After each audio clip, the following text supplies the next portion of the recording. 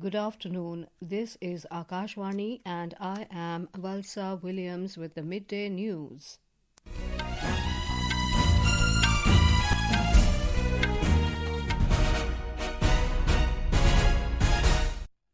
The headlines: Uproar in both houses of parliament by opposition parties continues over various issues, adjourning the Rajya Sabha till Monday and Lok Sabha till 3 p.m.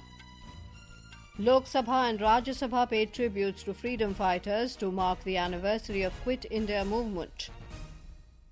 Road Transport and Highways Minister Nitin Gadkari says better roads will cut logistic costs to 9% by year end. Israeli cabinet approves Prime Minister Netanyahu's proposal to occupy Gaza City, adopts 5-point plan to end the war. In Canadian Open tennis, teen star Victoria Mboko upsets four-time champion Naomi Osaka in women's singles final to claim her first WTA 1000 title.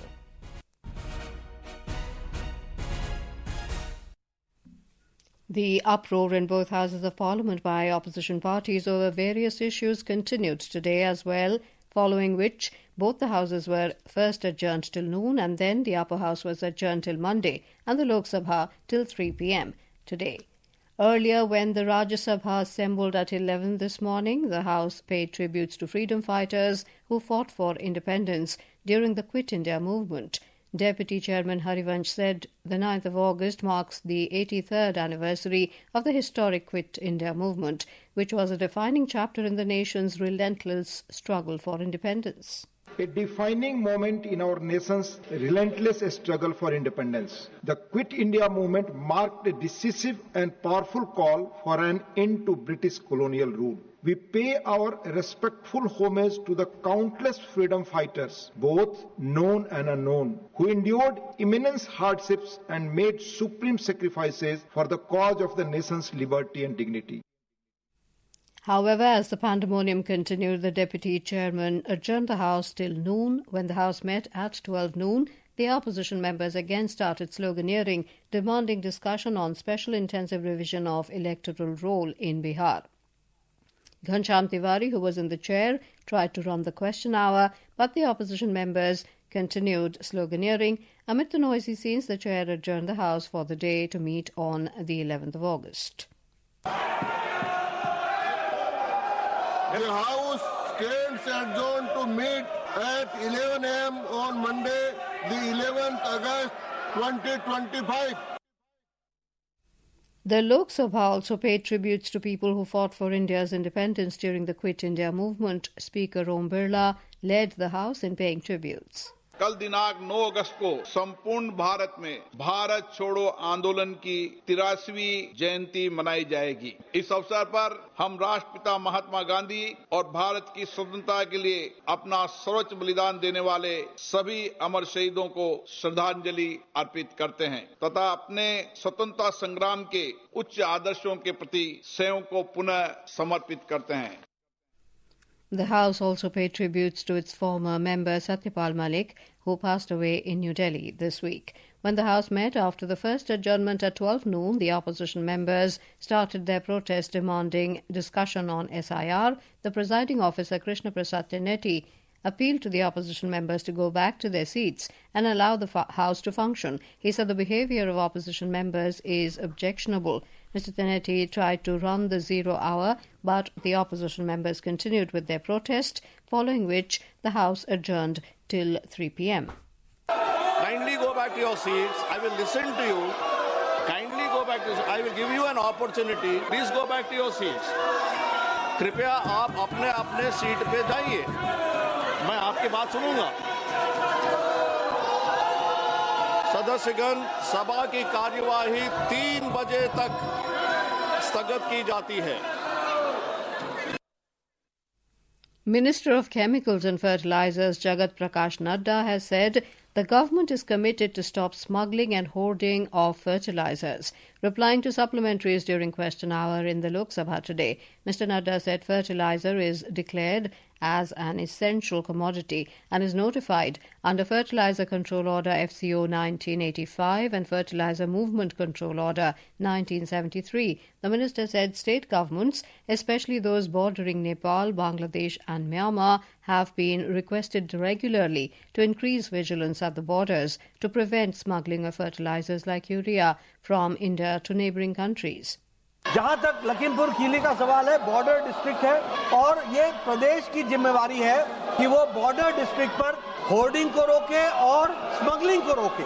और इसमें जो हमारा है वो essential commodity act of 1955 ये आता है और इसमें फर्टिलाइजर कंट्रोल ऑर्डर 1985 के तहत इसको रोकना और किसानों तक पहुंचाना इसकी जिम्मेवारी प्रदेश सरकार की है और स्टेट गवर्नमेंट्स को पूरी ताकत दी गई है कि वो स्मगलिंग को रोके। Minister of State for Health and Family Welfare Anupriya Patel has said under the National Health Mission, the centre is providing technical and financial support to the states so that they can strengthen their infrastructure and fulfill manpower requirements. Replying to supplementaries during the question hour in the Lok Sabha today, Ms. Patel said public health and hospitals is a state subject and the responsibility for strengthening the healthcare system, including recruitment and appointment, lies with state governments. Replying to another question, the minister said the Narendra Modi government is committed to increasing the availability of doctors and specialist doctors. She said the government has established 157 new medical colleges to address the escalating demand for medical professionals. Union Road Transport and Highways Minister Nitin Gadkari has expressed confidence that India's logistic cost will drop to 9% by the end of this year. Mr. Gadkari said this while speaking at a conclave organised by a private news channel in New Delhi today. He attributed this reduction to the significant improvement in the country's road infrastructure.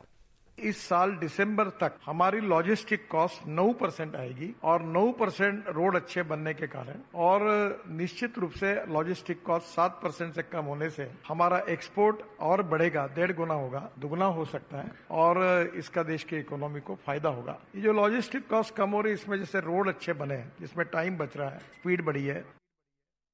The union minister also said the growth of agriculture and allied sector is the government's priority. He noted that the growth of this sector will contribute significantly to the GDP.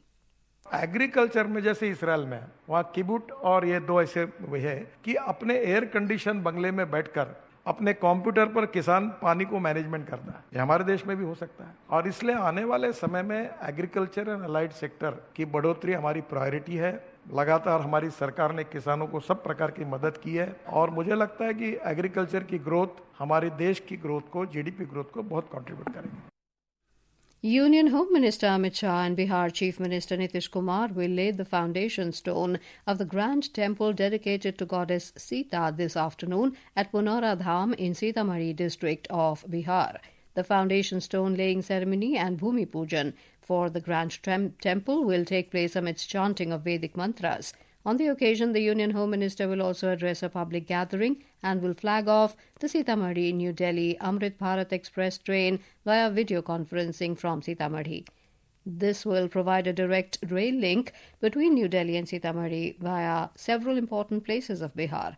More from our correspondent. The temple premises, sprawling over 50 acres area, will be completed with an estimated cost of 883 crore rupees. The new Janki temple of Punora Dham will be constructed on the line of Lord Ram temple in Ayodhya. It will consist of a big Mela ground, culture center and Parikrama Path. For the people of Mithilanchal, it is like completion of their long-cherished dream. Punora Dham has been added to the ambitious Ramayan circuit and it is expected that after completion of the temple, it will boost up tourism activities in the region. With Dharmendra Kumar Rai's report from Sitamarhi, Aishwarya Rai Nigam, Akashvani News, Delhi.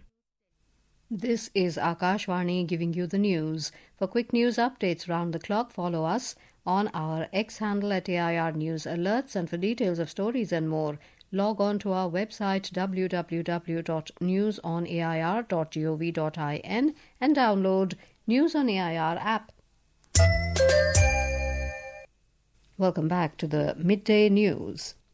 Prime Minister Narendra Modi will flag off Vande Bharat Express train service between Amritsar and Sri Mata Vaishno Devi Katra virtually on Sunday. A senior officer of the Jammu Rail Division has informed that the train will run 6 days a week except Tuesdays. More from our Jammu correspondent. The Vande Bharat train will depart from Katra at 6:40 am and reach Amritsar at 12:20 pm. The same train will depart from Amritsar at 4:20 pm and reach Katra at 10 pm. However, the Northern Railway has officially opened Anantnag railway station under its Jammu Rail Division. With this decision, Anantnag is now equipped to handle both incoming and outgoing freight, offering a new and efficient transport option for businesses across Kashmir. This would strengthen Kashmir's economic ties with market across India, and this marks an important milestone in the ongoing development of Baramulla-Srinagar-Banihal railway corridor. This station will operate daily from 6 am to 10 pm. This is An Gulshan Rana for Akashvani News from Jammu. Prime Minister Narendra Modi received a call from Brazilian President Luiz Inácio Lula da Silva last night. The Prime Minister's office has said that during the telephonic conversation, the two leaders agreed to enhance cooperation in trade, technology, energy, defence, agriculture, health and people-to-people ties. They also exchanged views on regional and global issues of mutual interest. Prime Minister Modi recalled his visit to Brazil last month. The PMO said the two leaders also reiterated their commitment to take the India-Brazil strategic partnership to new heights. Israel's Security Cabinet has approved Prime Minister Benjamin Netanyahu's proposal to occupy Gaza City. The Cabinet has also adopted 5 principles for ending the war in Gaza. These include disarming of Hamas, return of all hostages, whether living or dead, demilitarization of Gaza, Israeli security control in Gaza, and establishment of a civil administration that is neither Hamas nor the Palestinian Authority. Official statement said the Israeli Defense Forces will prepare for taking control of Gaza City while distributing humanitarian assistance to the civilian population outside the combat zones. Israeli Prime Minister Benjamin Netanyahu met with India's ambassador to Israel, J.P. Singh, to discuss ways to further strengthen the growing India-Israel strategic partnership. In a post on social media, Prime Minister Netanyahu stated that the meeting focused on strengthening and expanding cooperation, particularly in the areas of security and economics, the pillars of an important partnership grounded in shared values and mutual interests. As part of the engagement, Netanyahu also held an interactive session with senior Indian journalists addressing a wide range of questions on bilateral relations and regional developments. In tennis, 18-year-old Canadian wildcard Victoria Mboko stunned 4-time Grand Slam champion Naomi Osaka 2-6, 6-4, 6-1 to capture her first WTA 1000 women's singles title on home soil at the National Bank Open, also known as Canadian Open. The win lifts Mboko to a career-high number 25 in the WTA rankings, ensuring her first Grand Slam seeding at the upcoming US Open. In men's singles, Ben Shelton won the title last night in Montreal, defeating 11th-seeded Russian Karen Khachanov 6-7, 6-4, 7-6. Domestic benchmark indices were down by more than 0.5% in afternoon trade today amid broad-based selling across sectors. Investor sentiment took a hit after US President Trump announced doubling tariffs to 50% on Indian imports. The 30-share BSE Sensex was trading 478 points, or 0.59% down at 80,153, while the Nifty's NSE was down 140 points, or 0.58% to 24,455 when reports last came in. The India Meteorological Department, IMD, has issued red alert for very heavy rainfall in East Uttar Pradesh and southeastern parts of Uttarakhand today. And now, before we end the bulletin, the headlines once again. Uproar in both houses of Parliament by opposition parties continues over various issues, adjourning the Rajya Sabha till Monday and Lok Sabha till 3 p.m.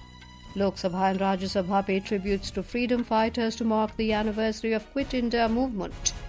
Road Transport and Highways Minister Nitin Gadkari says better roads will cut logistic costs to 9% by year end. Israeli cabinet approves Prime Minister Netanyahu's proposal to occupy Gaza City, adopts 5-point plan to end the war.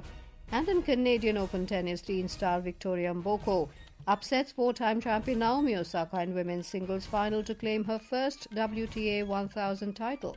And with that, we end the midday news.